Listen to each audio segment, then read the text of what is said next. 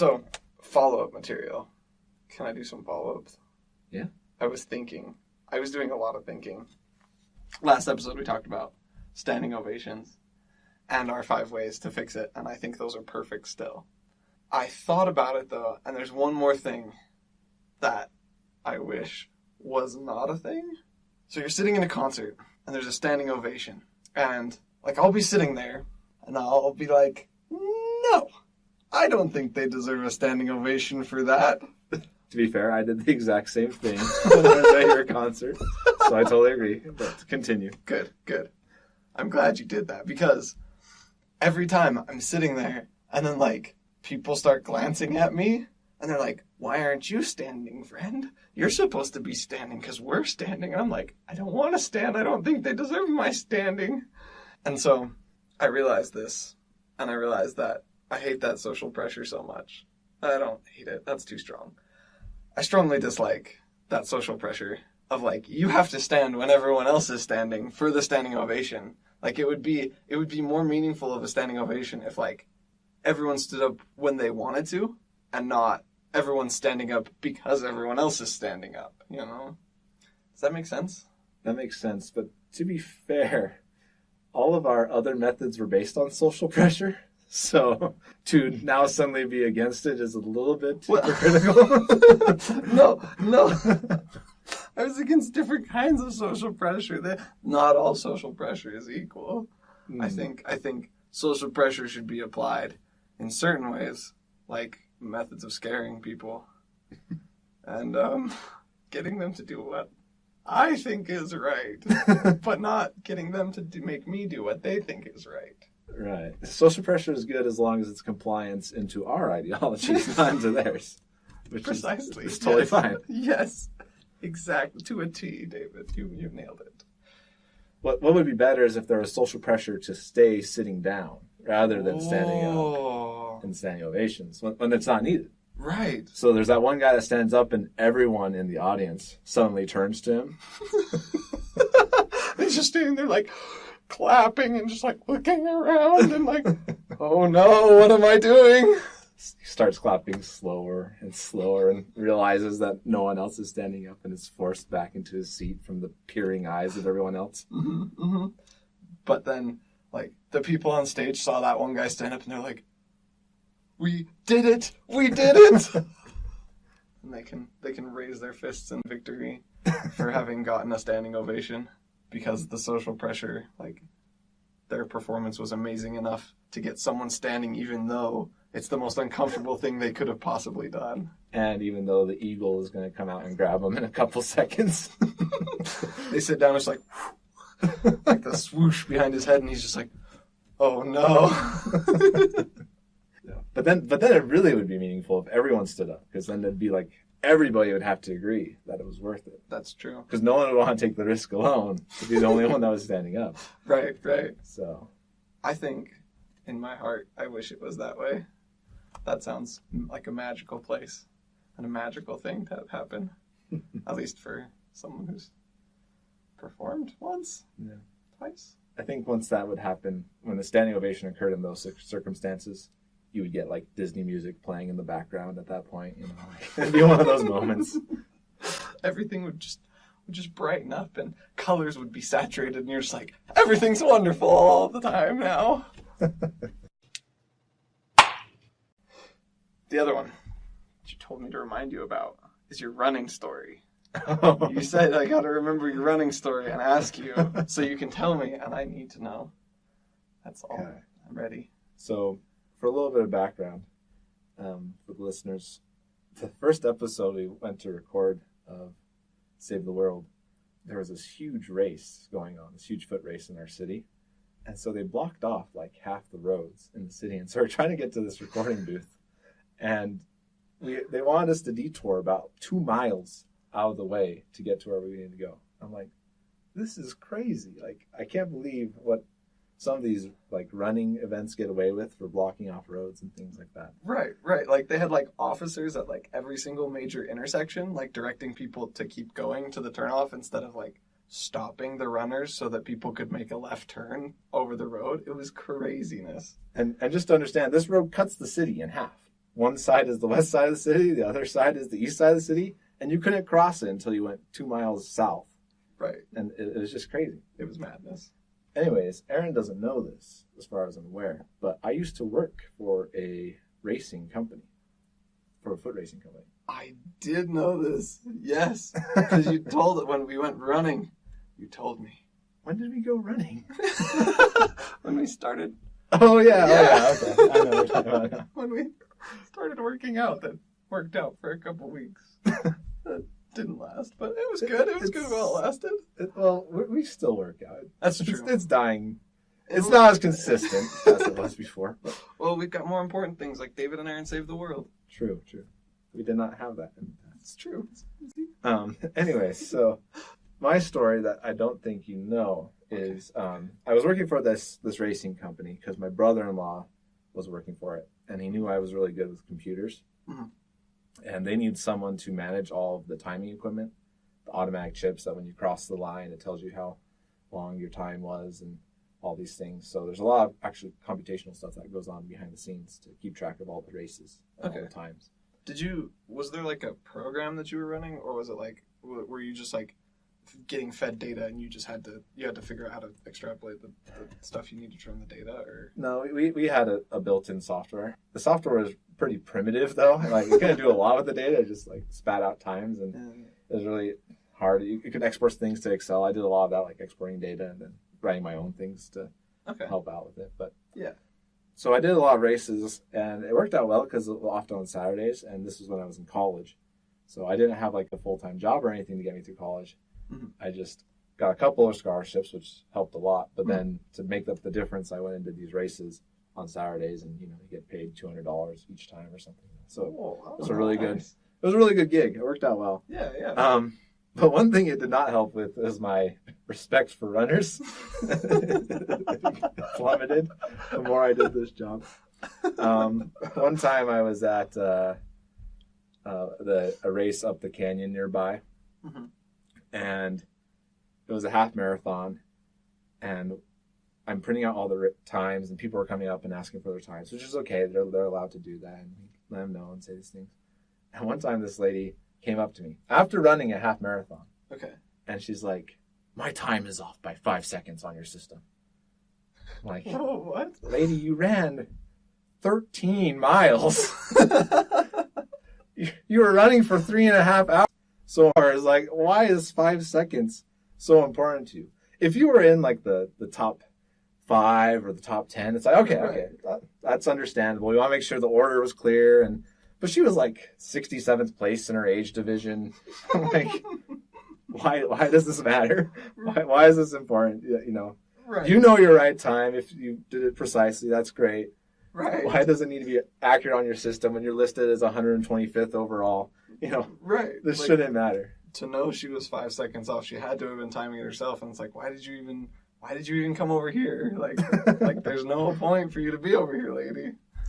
Yeah. So, anyways, a lot of runners are fine, and I get along with them fine. But there was a couple of people that really bothered me. They really just got to you. Yeah. That's crazy. But the specific racing story I was thinking of was we actually got a bid to do the Phoenix Half Marathon. Okay. And so we went down, and it was a really big race, and the setup took all night. It's actually a really long day for me because I was helping my brother move in Wisconsin. Oh. Then I flew into Phoenix. Really? And when you do the races, you're setting up through the night. So I went from waking up at 6 o'clock in the morning in Wisconsin to get to the plane, flying into Phoenix, doing race stuff all through the night, and then timing the race in the morning without ever sleeping. Oh, no. So it was already bad enough because I was majorly sleep deprived. Yeah, helping someone move and then sleep deprived on top of that, like you didn't sleep at all. Yeah, so great day to start, right? Great day to do a race. Good start. But we're timing this Phoenix Half Marathon, and we were trying out this new system that was really nice that you could network multiple computers together. Mm-hmm. Because we had a way bigger infrastructure for this race. It was such a huge race, a lot more people. We need to be able to print out times faster and it doesn't crash, the papers to the announcers and things like that. So we set up this network infrastructure, which was awesome. Mm-hmm. You could get multiple things going at the same time. But halfway through the race, people start coming in and the network crashes. And on the program we were running, it doesn't crash just the one computer. It crashes all computers that were on the network. No. So all of our computers are set up, and at the same time, they all crash. No. And we're in the middle of the Phoenix Half Marathon. Like, people are still coming in, and we have no computers working. So there was one computer that wasn't connected to the network. It was actually the computer for the announcer. He was on this huge tower. Yeah. And like, as people were coming into the race, he could see their names because the bib would come up on the chip. Okay. Yeah. And associate their name, and he could be like, oh, you know, so-and-so's coming in, and he's doing this great job announcing everything. Yeah. And I run as fast as I can. I climb up his tower. Dude, I need that computer right now. He's like, what am I going to do about announcing? Right. And I'm like, it doesn't matter. I need that computer right now. All these are crashed. You don't understand. All the computers are down. Like, I need this one. And so I grabbed that computer, and we fortunately, I was able to grab the backup data from the chip system. That's Okay. very nice. It's not all stored on the computer. There's a bunch of Oh. backups. So you just grab USB drives and just stick them in there and start pulling data. So we didn't lose the data, but we're running the entire Phoenix Half Marathon by grabbing USB data from the chip system, taking it over the computer, trying to print out anything we could get to, running back. It was just awful. And that was going on for like 3 or 4 hours because half marathons last for a long time between your fastest time and your slowest time. Right. Like, there's a lot of people coming in. And so it was just the worst day ever. And then on top of that, I was hoping to go back to a hotel or something and just like crash and be like, you know, this was a rough day, but whatever. End of day, you just wanna lay down and just be like, oh, it's over finally, okay. But instead, our boss just right away flies us back. We don't get a single moment to sit down, relax. It was right off the bat. Oh. Well, so what time did you get home? Like, was it like morning? Like 7 o'clock the next morning. So I was awake for pretty much 2 days straight. No, that's terrible. I can't even, that sounds like probably the worst work day I've ever heard of to this point. I've never had a work day that bad. I'm sure somebody has had a worse work day, but it's probably the worst one I'll ever have. That's for sure. Why'd all the computers crash? Like, how is the network like? The program we were using was just, it's really not that good. Okay. You can tell it wasn't designed by a well-experienced group of programmers. It probably was like 2 guys that got hired by the company, and it's like, oh, you'll be our programming division, you know, we'll make this program. Mm-hmm. It was really simple, and I think it just ran into too much data coming in through the network, and it didn't know how to respond, and so the system just crashed. And so just quit. As a well-designed program always does, just ups and dies on you in the middle of whatever you're doing. It's like, no. So many problems from this running story. But the first is, do you still feel animosity for runners? Not for runners themselves, but Okay. for the culture of running. Oh. I do not appreciate the idea that we feel like it's okay to stop parts of society, traffic ways, things like this, just for runners. And I also don't appreciate the fact that there's so much competition in something that is mostly for your personal gain. Okay. You know, like running, if you want to run, that's fine. It's healthy. It's something that you can find, you know, joy in and accomplishment. But the fact that we give so much credence to getting in first place or getting in our division, it seems like so many people are overwhelmingly putting emphasis on something that really doesn't benefit them in the long run as far as the competition aspect. Right. Just getting winning. Right. Winning a single race, like, or winning a set of races, it's not as significant as like your health benefits and like what you actually gain from running. That's actually more meaningful, maybe. Definitely more pragmatic.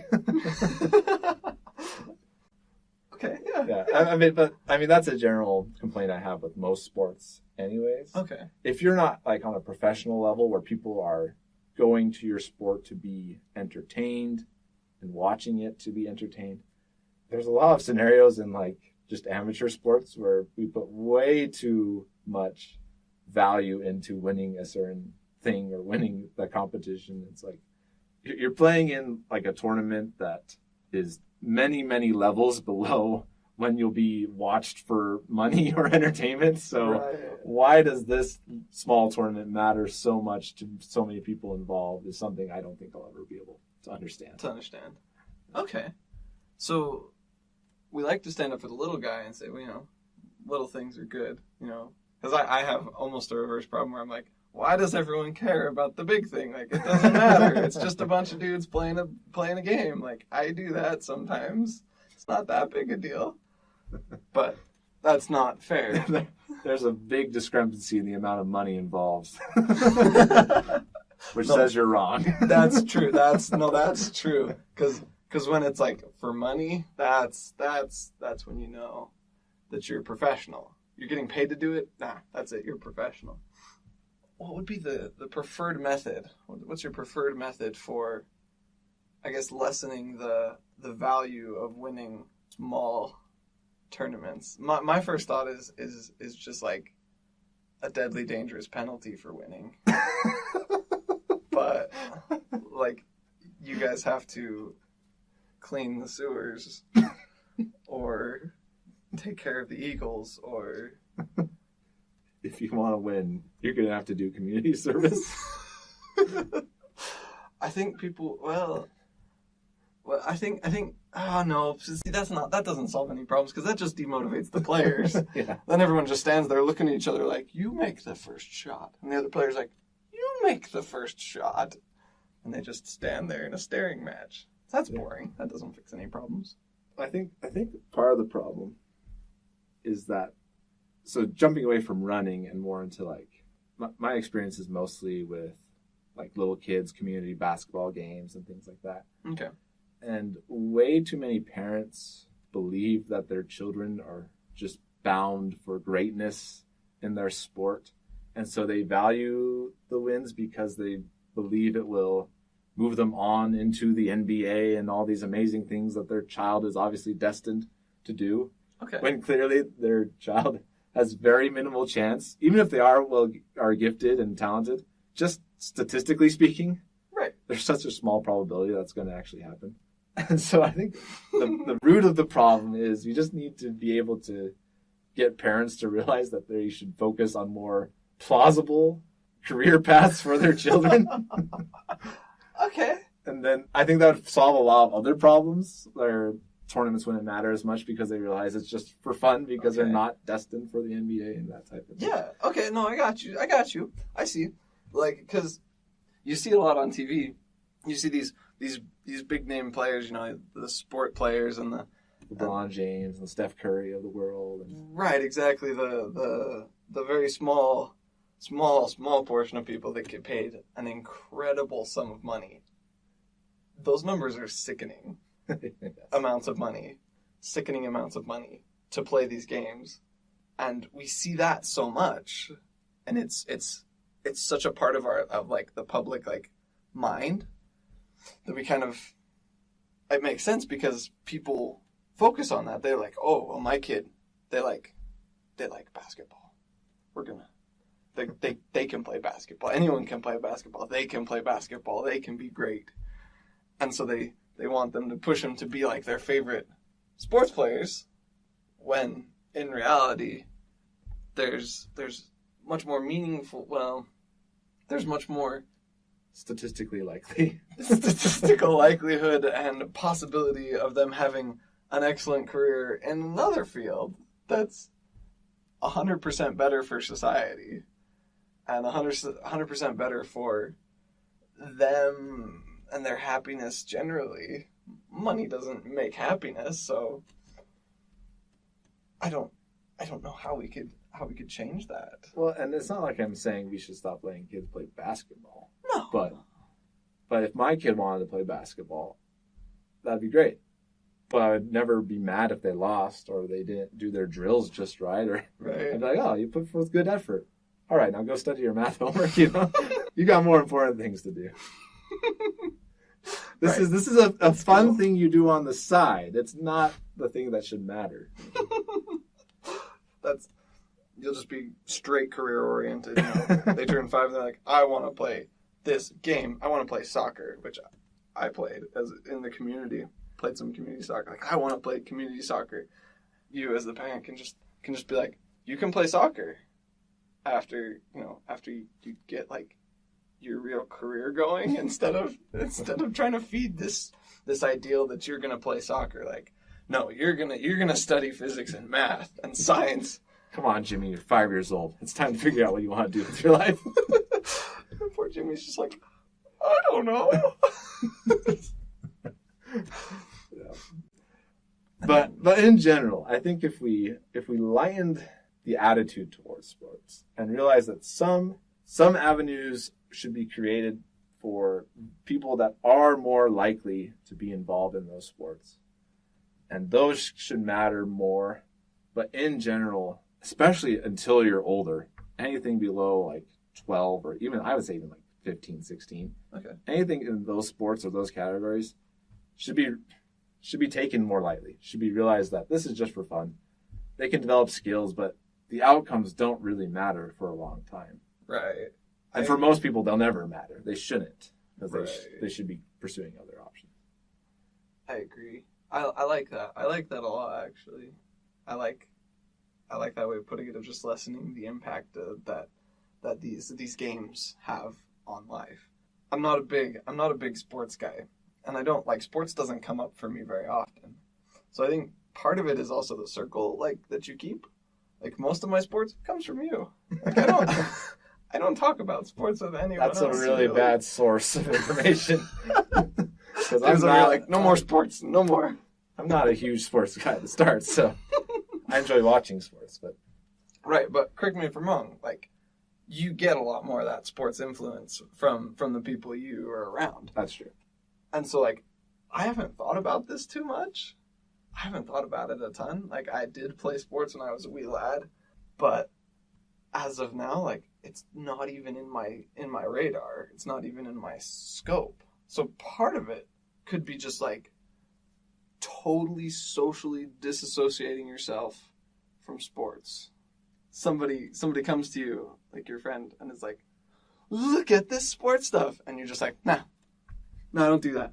I don't do that stuff. I don't look at it. I don't want to touch it. Don't want to deal with it. And then your friend will be like, okay. And they'll curl up in a sad ball of sadness. And it'll be okay, because they'll get over it. And you won't have to have dealt with sports. And then you don't have to think about it.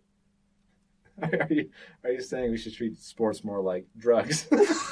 Be smart, don't start. Just say no. Yeah, yeah.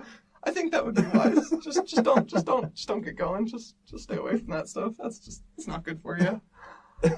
I'd be down with that, but I think it's a little bit of a biased opinion because true. both of us are completely unfit and unable to do any sports. That's true. You're right. So what types of things could we do to lighten the mood at sports events and races and things like that, so people don't treat them as seriously? That is a good question. My first thought was have the refs wear clown suits. Dude, that would be the best.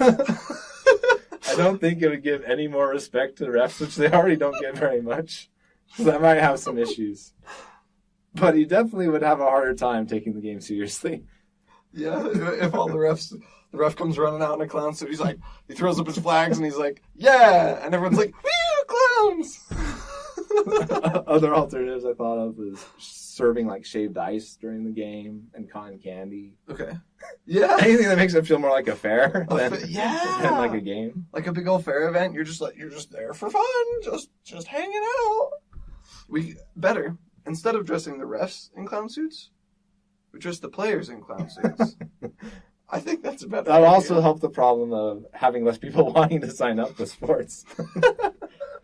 Be like, okay, you want to sign up for sports, but you have to wear this nose and this afro. Like, I'm sorry. Here's your rainbow hair. Yes.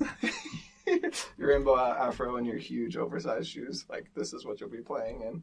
They'll take one look and be like, no way, man. Nope, done. And that would just get rid of more sports. But Wait, one more alternative. Okay. Make the parents wear clown suits to the games. the attire to get in is a clown suit. We'll have bouncers at the doors just standing there. And then like a sweet couple tries to come in and they're like, no guys, you can't come in. Like you have to have a clown suit on. You have to be wearing what they're wearing. And a couple in a clown suit walks past and it's like, you gotta comply with our rules. Some 80-year-old grandpa with a cane, like trying to come see his grandson's basketball game. Walks up to like, sorry, sir, you can't come in. You can't come in. Sorry. Unless you wear this rainbow hair. They hand it to him. Right, they just have a stockpile of like cheap rainbow hair and cheap noses, and you're like, okay, we'll paint your faces, and we'll put these things on, and that might work this time, but you have to get a full suit next time. Just this one time. Next time it won't be as easy on you. I think we'll need a whole crew of face painters for like the first time we implement this rule. Like there'll just be like a whole line of them, and they'll be like, What's up with all those booths? And they'll be like, so you're gonna go to one of those booths, and you didn't hear about the change.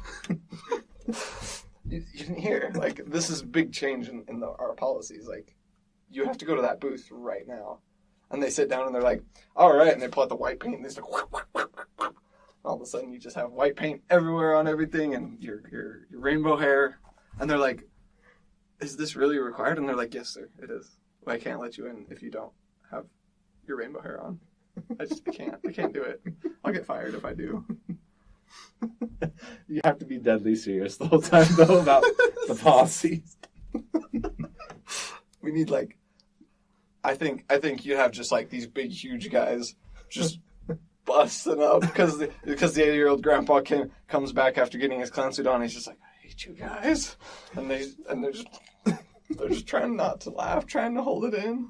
We have professional New York club bouncers for little kids' community basketball games. Yes. But it'd be worth it in the long run, I think. Oh, yeah. Their salaries would be worth it for changing the world. We'd make it worth their while once we get rich and this podcast becomes the thing that makes us rich. Then we'll make it worth their while. But we can't let them change colors of face paint. It's got to be all the same color of face paint. I won't stand for any of this team nonsense. Like there's no sides, there's no teams, because part of it is the competition. That's what drives it. Like no, you can't come here with green face paint and you can't come here with red face paint. Like you guys have to have white face paint on. Like I will not stand for anything less. Like somebody comes with like a red afro, you're like, no, get out. Put on a different color. Like how dare you root for your team? What is wrong with you? I don't care which team your child's on. You will come with our standards in mind so that we don't have to deal with any of this competition nonsense. It would be perfect. No home, no visitor side. There's just seats full of clowns. Watching the clowns play on the clowns ref. And everyone's just clowning around. It would be perfect. I would say that we should do the same thing for runners, but there actually are like 5Ks and stuff where people dress up and things like that. So we need a slightly different approach. Yeah, they beat us to that one. We could throw pies in their face at every like mile mark. That's a good idea. I like you just have like a whole mess of pies, and as runners come by, you're like, get over here, get over here, get over here, and you just have like those New York bouncers with pies in their hands, just like smashing people with pies. That would discourage running. Even with that though, runners are weird, man. Some runners are really weird. They would like that and approach it. And we gotta be more unorthodox. I think the key. More unorthodox. I think the key to make them not take it so seriously is that we make all the courses have intentional ways where the runners get stopped. For example, one time I did a race that crossed the train track. Okay. And we had called the train company and like made sure there's no trains coming or anything. Yeah. But on race day, if you were like not in the top 50, if you were one of the slower runners, you got stopped by a train that crossed for like 5 minutes. Really? And so we got a bunch of complaints from people like, why didn't you call about this? So like we did, like the train company did. Talk to us. People were livid. But really? yeah, They're yeah. just like they're ready to punch you right in the face for Because the train's in the way. the train that Because costs they can't them. get their time, right? Right. They're And so- 67th place time. So runners would be furious for a while. But if we had like intentional blockades that come through the racetrack every once in a while, then people just get used to knowing that their time didn't matter because it wasn't the full time. So have like intentional places where they have to stop. Okay. They have to go through like a single file line to pick up a water cup, and they have to pick up a water cup. And coming through the single file line, like we have like rotating like aunties and uncles that have their little walkers that are just like, and they're like, the runners are like, oh please auntie run! And auntie's like, I cannot. Just clop. Hire 80-year-old people to run the race to block up the line. Or better, we just have places during the race where a line of bouncers, New York bouncers, and they stop everybody with red color shirts. The bouncers are like wearing like a red tie or something. It's like red shirts. Red shirts have to stop here, or else you're gonna get bounced. That would keep it fun too, because you have to find ways to like, what are statistical things that are going to stop you, right? Like you try and find unorthodox things to wear and to do, so you're unlikely to be stopped by a bouncer. I like it. So it's more of like a puzzle game, or a luck game. Can you get through the race without being stopped by a bouncer? Because you didn't have blonde hair, a red shirt, or wearing sneakers? People are in wigs and have like 3 different shirts on to make sure that they don't have the wrong color shirt. And then, oh, that would be beautiful. Beautiful. I think I think that would definitely help people take it less seriously. Yeah. Like they have to call ahead to the train company and like make sure there's no trains. And then when there's a train, because we put a train there because there has to be a train on the train track. That's what train tracks are for. Then they experience what you experience of calling the company. There wasn't going to be a train, but lo and behold, somebody needed 20,000 gallons of bubblegum. So I don't know. We called the company. We asked for 3 trains, but we called the company. Did you guys call ahead? Yeah, we did. That's all. Just don't say anything. Like, were you wearing a red shirt? No, that's good. That's good, because then you would have gotten stopped by both. And that would have been no good. What was your 5K time? 4 hours and 7 minutes. It was awful. We could have gates where there's like for realsies puzzles, like mental puzzles, like math problems and stuff, where it's like you have to answer the right question correctly, or else the bouncers aren't going to let you through. Like, that's all it is. Like, they're just going to stop you. And you got to wait in line, so if the person in front of you is really slow at solving the puzzle, you just got to sit there. We get one old math professor sitting at a desk in the middle of the road, and he's just checking papers real slow, and mark, and hands it back to him. And if they get it wrong, have to do it again and again, get back in line. So, was there anything else we should do to avert runners? Where are we good with that? I think having, see, the great problem with our solution is that what it's going to breed is a whole different style of runner. Like right now we just have people who run a series of runners run. They love running. Like they do it just to do it, which I don't understand. I only do it for health benefits sometimes, but they enjoy it. They have a good time doing it. If we change it so that they're running less, we're going to get a whole different series of runners who are puzzle maniacs, who will do anything to figure out what the puzzle will be to pass the test. They'll try to be well-rounded in everything. They'll have every colored t-shirt on them. Like, they'll have huge backpacks full of equipment. They'll be more like a Comic-Con fan almost. Like I can see what you're saying. We'll get more of a unique set of runners running down these tracks. I can see that. It may not avert the problem. It may even make it more popular. That's true. We don't know what we're doing here. We might be causing a greater issue. It's just, we're thinking about this all wrong. We're trying to stop people. What we do is we exploit this idea. It's like one of those escape rooms, and running mixed together. We just get rich off the idea. Oh, I see. Doesn't save the world, but saves my wallet. use my date money. Oh, yes. Well, either way,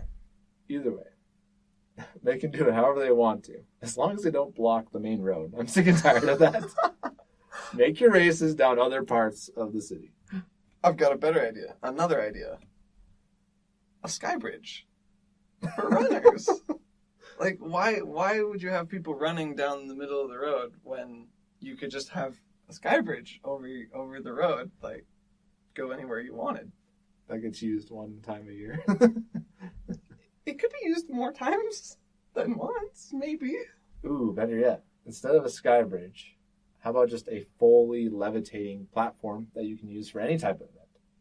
So you can just levitate above the city a good 1,000 feet, and you can have your race up there and not block traffic. That's genius. You just so there's like a course that you've already laid out on the road, and you just raise it up so that there's still road underneath, so people can still drive. Like, it's like a little bit of a bump to get into that area, but all the runners are happily running up 1,000 feet in the air. 1,000 feet in the air. Just trying to thin the runner population out.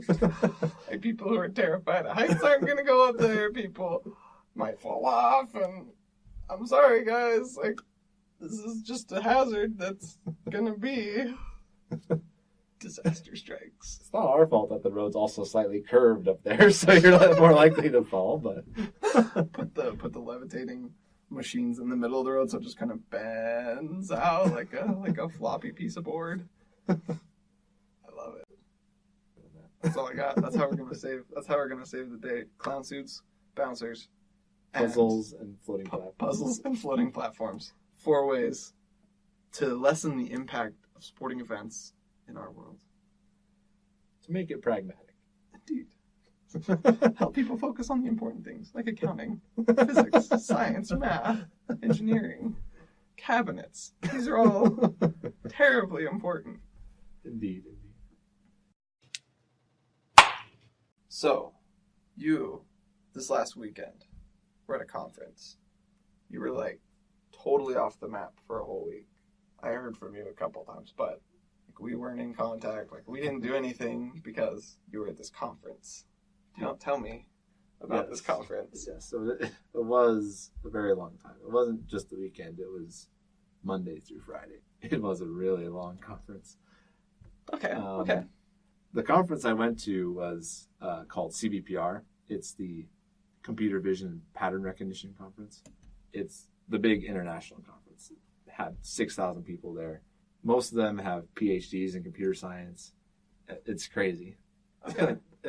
It's one of the only times where I was pretty sure I was in the lower 10% of intelligent people in any building or situation. Like, right. It was incredible. Wow. Some incredibly intelligent people. So just so you guys know, David's a genius. Like if I was as smart as David, like, I would be rich and famous, but I'm not. And so David takes all my fame and glory. And so for him to say that, that's a big deal. Like, I feel like I'm in the lower 10% more often than not. It's not what I was trying to imply. I guess it kind of sounded that way. But it's true.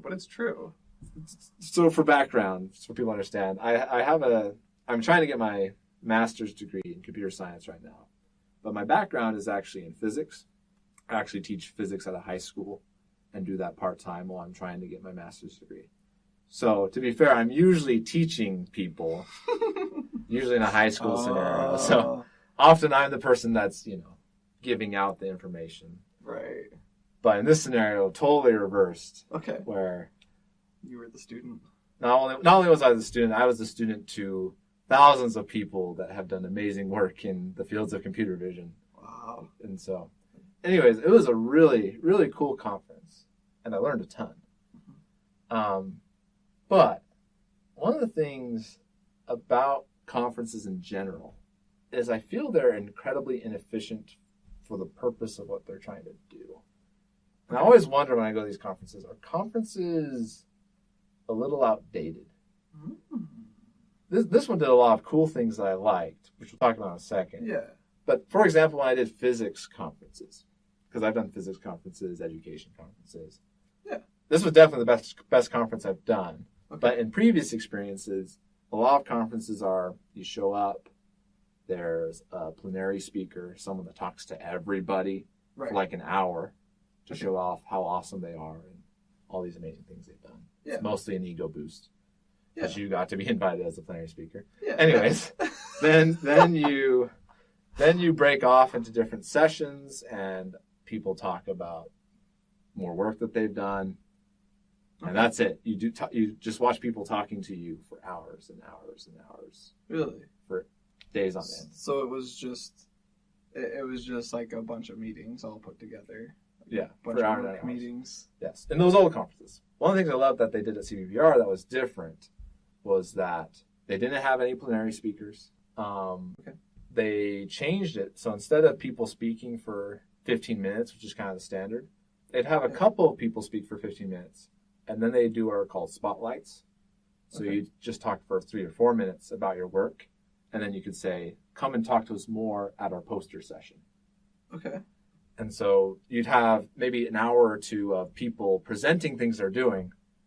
And then they had like 4-hour blocks of you can just go talk to them at their posters that are set up in this big room Oh. and talk to them one-on-one and get more ideas and the ones that you're interested in. Which other conferences I've seen have done that. In a lot of other conferences, there's this ladder of, if you can't get a oral talk, your work's not as good. You just get to go in the poster session.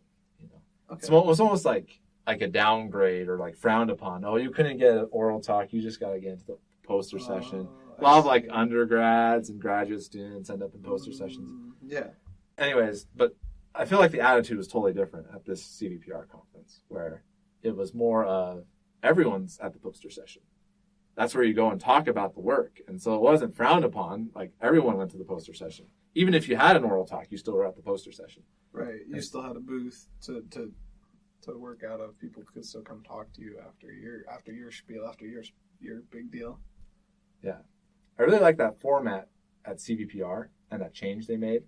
And again, that was my first CVPR, so this may have been something they've done for a while. Mhm. But in general, still, at a lot of these conferences, I feel like it's something that we've done for ages, and we keep on doing it just because we've always done it, and we don't want to change the system. But, like, have you ever heard the analogy of the monkeys and the ladder?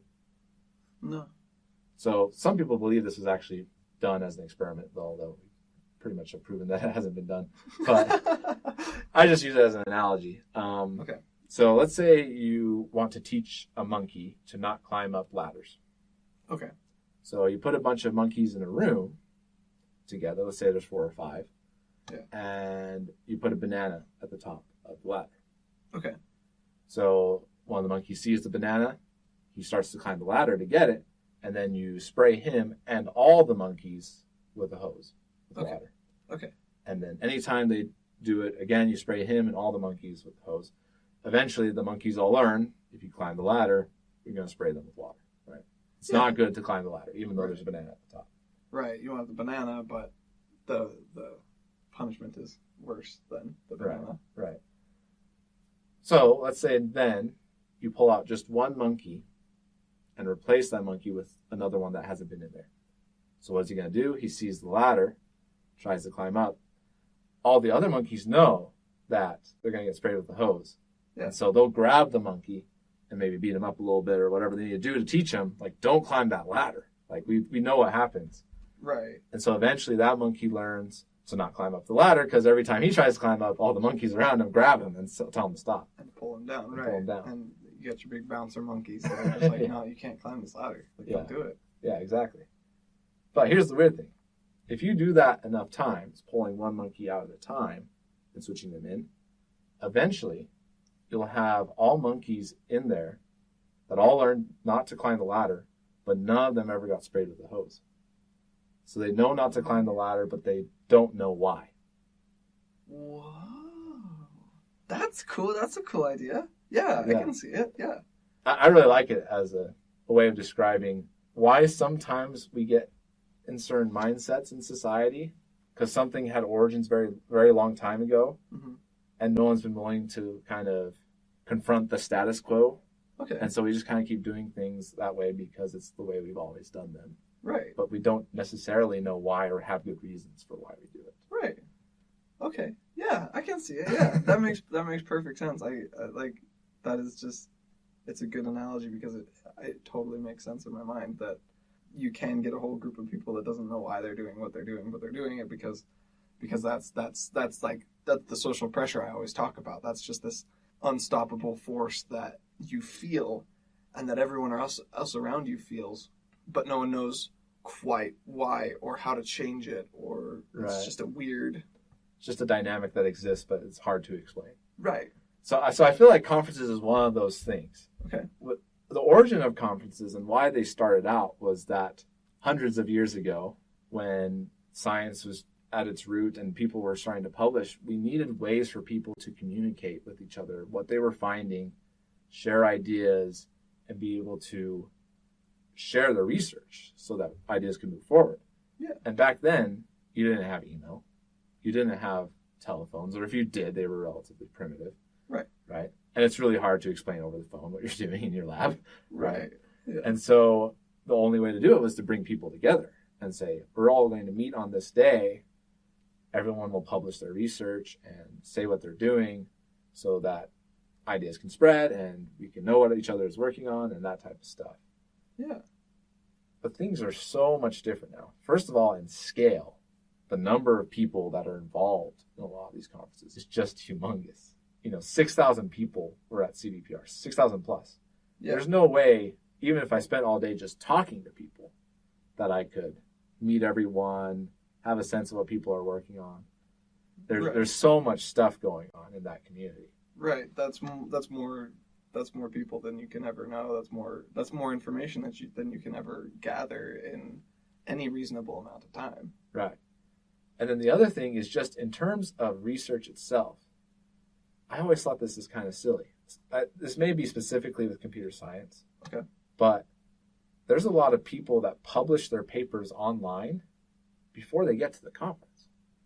Once they know they're accepted, there's a lot of people that use the system called arXiv, which is this online system for publishing papers kind of unofficially, but letting it out there so people can read it. Yeah. The intention is that you can read the paper before you get to the conference so that you can ask better questions if you're involved in that area. Yeah, that makes sense. But at the same time, they were able to fully communicate their entire paper to me without me ever having to see them. And before the conference even happened. Right. So I know exactly what they're doing before they get there. Right. You show up to the conference, you're like, I read all the papers that I was interested in. They go and say the same thing that's in their paper, and you're like, okay, well, that was the same. Yeah. So just overall, it's very inefficient in a lot of ways. Mm-hmm. There was a ton of things I learned when I was able to talk to specific people about their research at their posters, but those are people primarily in the same field I was involved in. Right. So we're talking 4 or 5 people that were doing the same type of research. Right. So I went to a conference with 6,000 people. I really only needed to talk to about 4 people there. Yeah.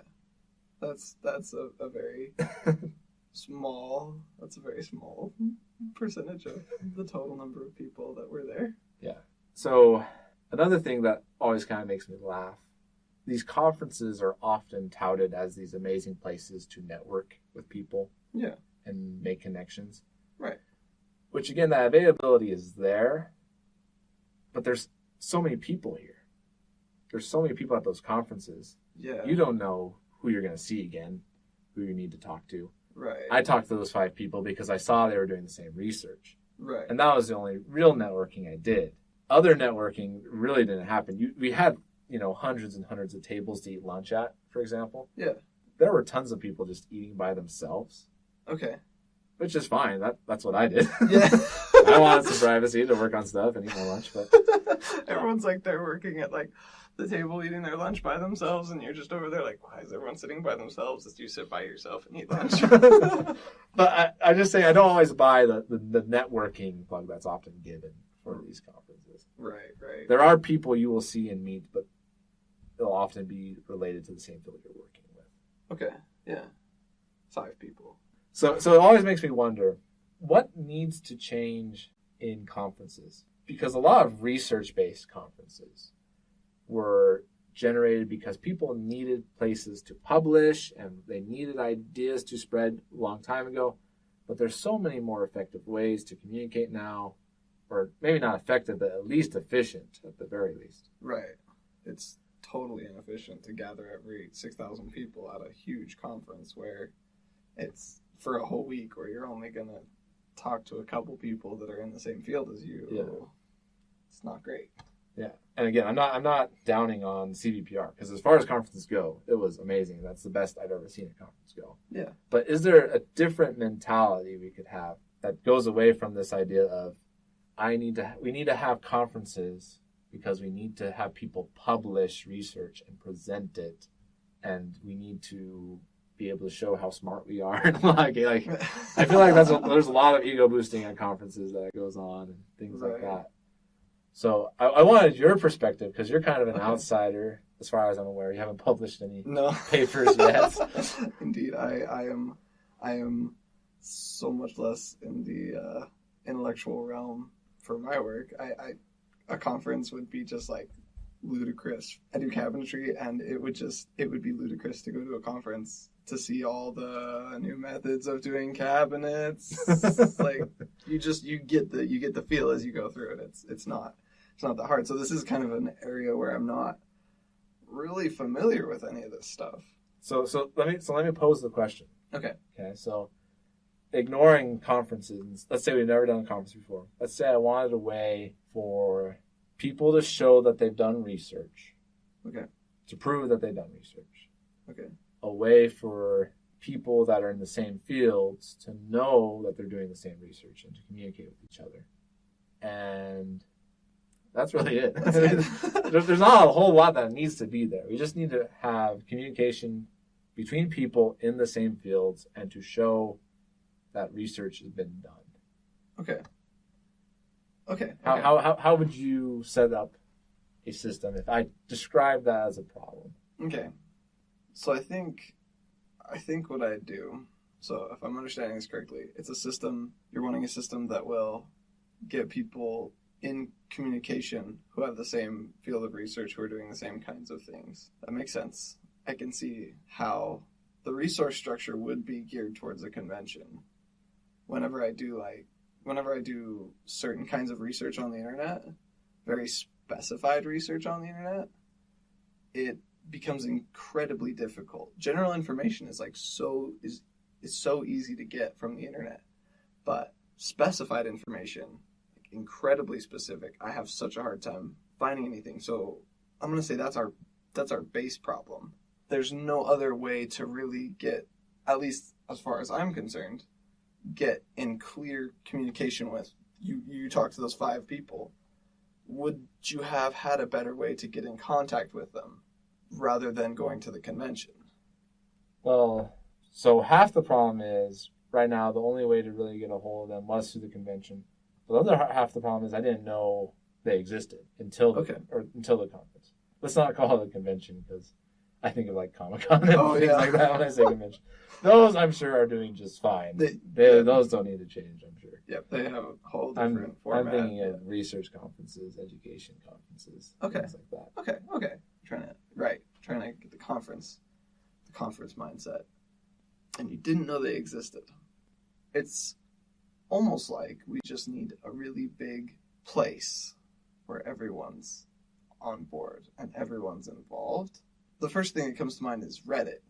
But Reddit's not like Reddit has different motivations. That would be awesome. A Reddit dedicated to like high level computer vision research. Right. People are just throwing in comments from super specific details of their papers. Right. See, that's exactly it, because you have this that's one thing that Reddit does, and like social media platforms do really well, is they give this social platform to be talking to other people and having a communication across a large group of people. You know, videos of cats go to so many people. Everyone sees this video of a cat, but you're looking for specific information. You're trying to get specific information to specific people and communicate with those specific people. I think the communication part, just talking to them, can be done over Skype, can be done over a video call, or an in-person meeting if you need to. There's nothing that can't be communicated when both people are not present. So the biggest problem I see is getting in contact with those people. So along those lines, you've had similar thoughts to what I thought. I just want to make sure I wasn't biased because I was kind of in the realm of computer vision, or Okay. in the realm of research. Yeah. But I would think that generally speaking, the more effective approach would be, rather than having large conferences, I think we need to specialize even further. I'd rather be meeting with people that are only doing the very specific field of research, limit it down to, maybe less than 100, Right. rather than having these huge convention centers that people go to. I don't know if you can just do it in like a hotel ballroom or something like that. And if you're in the very similar fields of work, then you attend that smaller conference. Right. But not so much for, here's the amazing things I'm working on, but to, again, gather ideas and share information. So you wouldn't have talks. I wouldn't say you wouldn't even have posters. You'd really just go around and have those discussions that you should already be aware of. Mm-hmm. So that leads into your idea of, I love it, Reddit, using Reddit or something like it. So that anyone that's involved in your field of research, not just, I'm in computer vision, but specifically I'm doing, object detection, or, I'm tracking faces or something like that. Right. Everyone there that's very specifically in that field is on this group, and you can ask to join or leave based on what type of research. But everyone should be aware of what everyone's doing, and you can leave comments and ideas. That culture doesn't exist, but idealistically, right, you would be kind of giving information as you are moving along in the work, not just, here's my final paper. Right. I did all the research. I did all the research. Here you go. You kind of keep moving along as you were going. And then you would have these occasional, I don't even call them conferences, but occasional meetups with the people in the field. And you spend more time just talking one-on-one with people and sharing ideas as needed. Okay. The problem with that is I know that will never happen, because why these research conferences exist is they make lots of money. No! It all comes back to money. Yeah, the darn thing we call money. Especially, this is actually really cool. This is one thing I did really love about CVPR, is unlike in physics conferences or education conferences where it's primarily researchers, academics, that type of thing, there was tons of companies at this conference because they're recruiting people at the conference. There's a whole side of the convention center that was dedicated to company booths.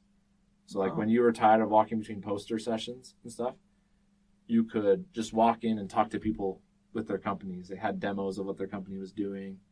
They would, tell you if they're hiring PhDs or that type of thing. Sneaky. And so the people that pay for the conference are those companies. Right. Because they want to recruit people. That's who bought your lunch that you ate by yourself with. Yeah, exactly. And so I don't think this will change in the near future, because there's a lot of company involvement in here because they want to get people recruited from these big conferences. Right. At least in the computer science realm. Right. I don't know if that happens as much. I didn't see that as much as like at the physics conferences. But. So, darn money.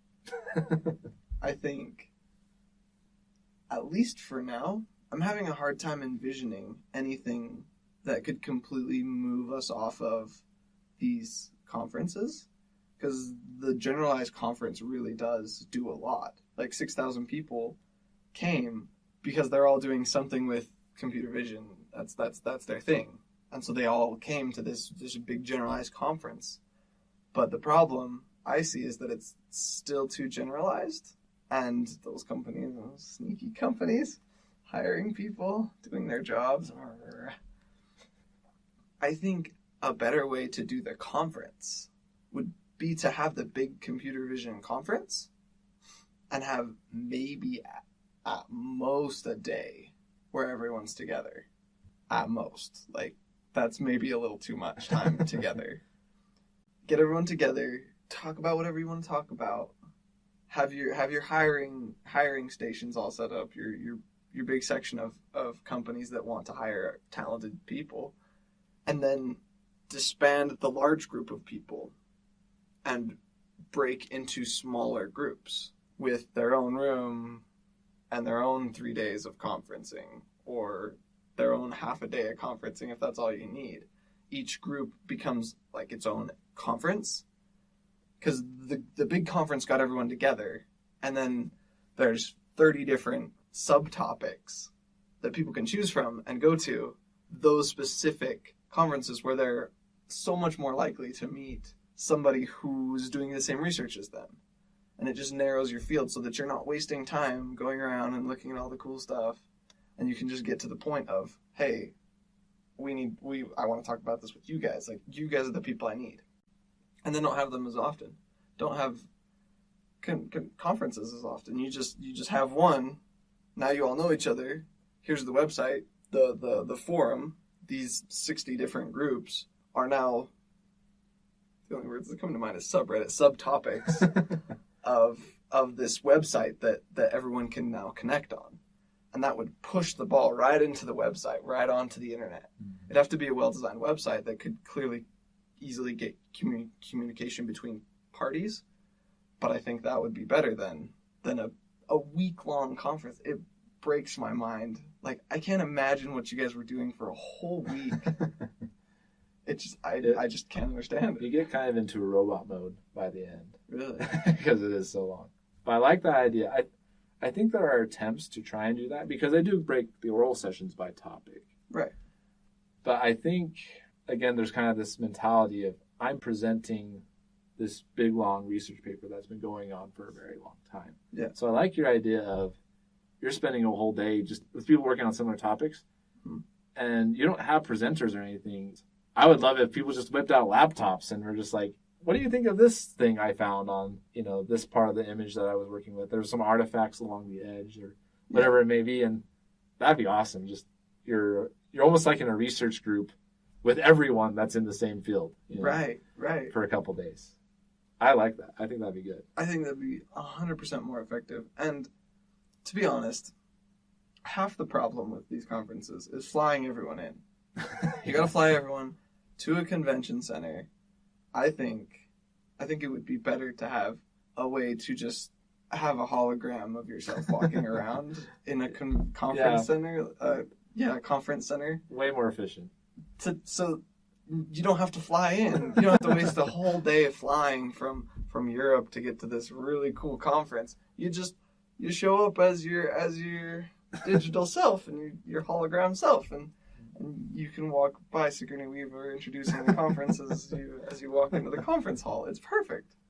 Your virtual conference avatar goes and meets the other virtual conference avatars, and exactly. You don't have to walk around. You're sitting in a chair the whole time, scrolling a mouse wheel to walk forward. It's like Club Penguin, but for professional conferences.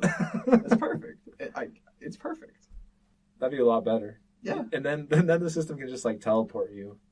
You could have like a little info card that you fill in saying like what things you like, what things you're interested in, and not only that, it also like it reads like your university transcript and knows what classes you've taken. So it has a better idea of like what you know already, and it can be like, you should go over here. Like you probably should stay in this session because you need to learn a little bit more about machine learning.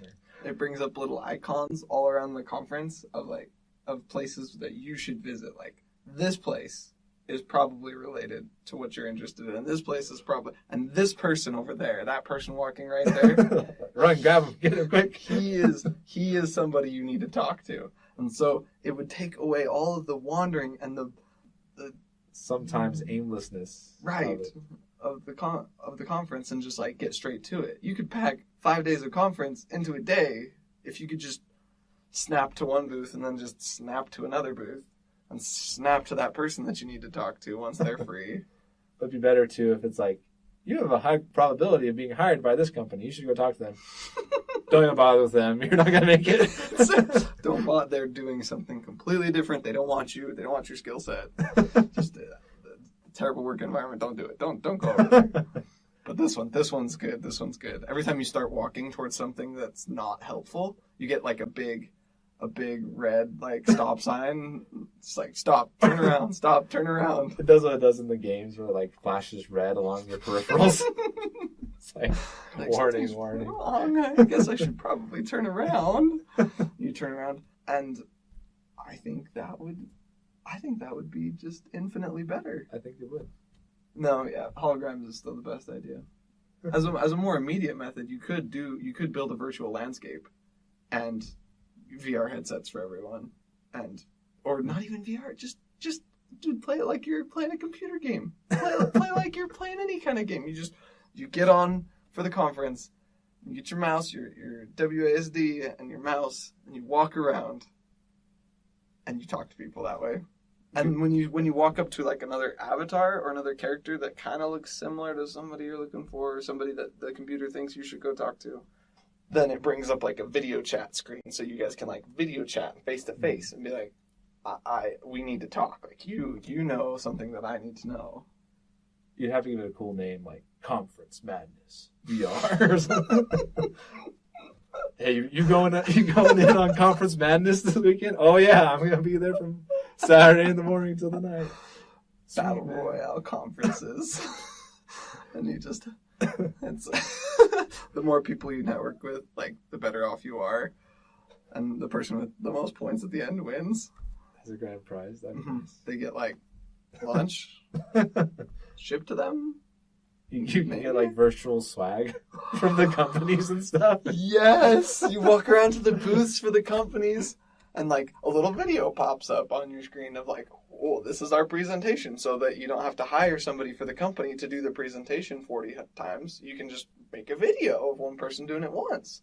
And then you're like, well, thanks for coming. Here's a pen and a t-shirt. And you're like, oh, I think I'll wear this t-shirt. This t-shirt looks rad. And you walk around and you get a cool new t-shirt. And I can't believe this. This is a better way of doing conferences than I ever thought of before. Why is it even a thing? Why do we even have to physically be there? We don't have to physically be anywhere. We can be wherever we want. Holograms, virtual reality is the future. I like it. Of conferences. We don't even have to change the conference that much. It would save time if it was just a game. If it was just a really big game. And it told you where to go for you. Right, the all-seeing computer eye is just like, I know all of you and I know what you need. And it maps out all the routes that everyone needs to take, and somebody starts diverting on the path and goes to like get some food, and they're like, no, you will not. And it like resets their character to where they're supposed to be, and then pretty soon everyone's just not even walking around. They're just being told where to go. I like it. I think it'll work. I I'll start developing that system. We'll see how it goes. Excellent. That's all we needed. So, I have a problem. Okay. And I need your help with it. That's what we're here to do. We're here to save the world. Here to solve the problems of the world. And this problem irks me to my core. Okay. After a long day of work, do you ever get this where the day goes so quickly that you get up and then all of a sudden you feel like it's time to go to bed again? Like you're at home and ready to go to bed. It's time to go to bed. You don't know what happened with the whole day. Like you felt like you wasted your whole day at work or Right. doing something, whatever it is. Right. Your mind was involved in 14 hours is gone. KO, or 16 hours, however long you sleep. And you're just ready to knock out. And I get to this point so often in the day. And I stand there and I think, do I really have to change pajamas? Do I really have to do this right now? And then I wake up, having slept. Because sleeping takes even less time than a day. You're asleep and then I'm awake. I hardly ever dream. And I wake up and I think, I really have to change my clothes again? And day in and day out, I think to myself, I am so tired of changing my clothes. I change into clothes for work, and I go to work, and I get done with work, and I'm like, wow, I really don't like these work clothes. They're covered in sawdust and smelly and sweaty. I'm going to change into some other clothes. So you change into some other clothes, and then a couple hours later, you're ready to go to bed, so you change into bedtime clothes. And then without even knowing it, you wake up and you're ready to change back into work clothes. It's maddening. I'm like, I don't know what to do, dude. This did not go the direction I was thinking. I thought you were going to be like, how do I improve my productivity at night after I get home from work? But this is a much more pertinent issue. I think this is directly involved in your life, and this It is is. something we need to solve. I agree. It is a constant thorn in my side that I have to change my clothes so often. There has to be a better way. There has to be something different. I always have the dilemma of after I work out, like I usually work out later at night. Yeah. I'm like, is it worth it to like shower before I go to bed and that type of thing? Yes. So yes, I can feel the struggle. I Okay, understand okay. the pain. You understand. Okay. As long as you understand, it drives me crazy. And I don't know what to do. I don't know how to fix this problem. So I don't think we need to describe the scenario anymore. I think everyone can relate and understand. I think we Yes. need to go straight into a solution. Okay, yes. Thank Because you. I'm surprised this hasn't come up sooner in the realms of the world. Because this is obviously a dilemma Yes. and an epidemic, if I could say so myself. I would say how many people change their clothes every single day, multiple times a day? It's a problem. It's a problem. It's a big problem. Solutions. I've tried to work out. The greatest problem is that if I could just wear my work clothes all week, if I could sleep in them, if I could do my fun things in them, they would be fine. They would be great. They are my work clothes are like my best all around clothes. They can do anything. I could go on a hike in them. I could work out in them. I can go cruise on the couch in them, mostly, and they're perfect. But after a full day of work, they're filthy. There's sweat and sawdust and dirt and glue all over my clothes.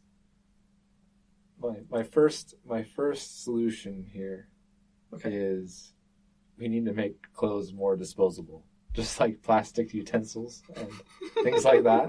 So when you're done with the day, you don't bother having to put those away and wash them again. You just rip them off, throw them in the trash can, and you have 100 identical pairs ready to go Okay. in vacuum-packed Ziploc bags that you Okay. can just pull out, put in your backpack. I like that. I like the vacuum bags for your clothes. Like granola bars, but for your clothes. Like a Cliff Bar, a little energy bar, but it's clothes. So I don't have to carry my clothes anywhere anymore. And I like disposable. That sounds terrible for the environment, but perfect for my solution. They'd be biodegradable. Okay. Okay, never mind then. It's all good. Continue. I like those, but they miss. I failed to explain the core problem. The core problem is that I physically have to pull the clothes off of me and put them back on. Put on different clothes. Like I have to go through this physical motion that I do over and over. Right. again. Right. I forgot about that part. That's important. The amount of effort to change is extremely high. And It is. how could we avert that? I liked you could just rip them off, and I was thinking like if they just like stage pants, how you can just like whoosh and they're gone. What if all my clothes were like that? That would be good. Even better, I'm thinking like Iron Man style, where you step into a booth and like machines just start putting on clothes or taking off clothes, right? Obviously, it wouldn't be suits of armor, but it could just be regular work clothes. No, it's no. I like that because then it could like stitch on the clothes, so it doesn't. I don't have to move my arms. I don't have to pick my arms up, and it just puts clothes onto me. It's sewing It clothes sews clothes on you, so you don't have to lift your arms or move your head. It I don't sews a t-shirt onto your back. Exactly. It puts a front and a back on, just like Iron Man's suit, but for my clothes, for comfy, nice clothes. And then it knows, because it also stitched it, it also knows where the stitches were, so it can just rip the stitches out when you're done and pull off the shirt. It doesn't need to be disposable at that point, because it could, Because it could be reusable. yeah, it could just like wash it for you right there, dry it, for the next time you're going to use it, and then stitch it back It on. just puts it back on, stitches it back onto my body so that I don't have to.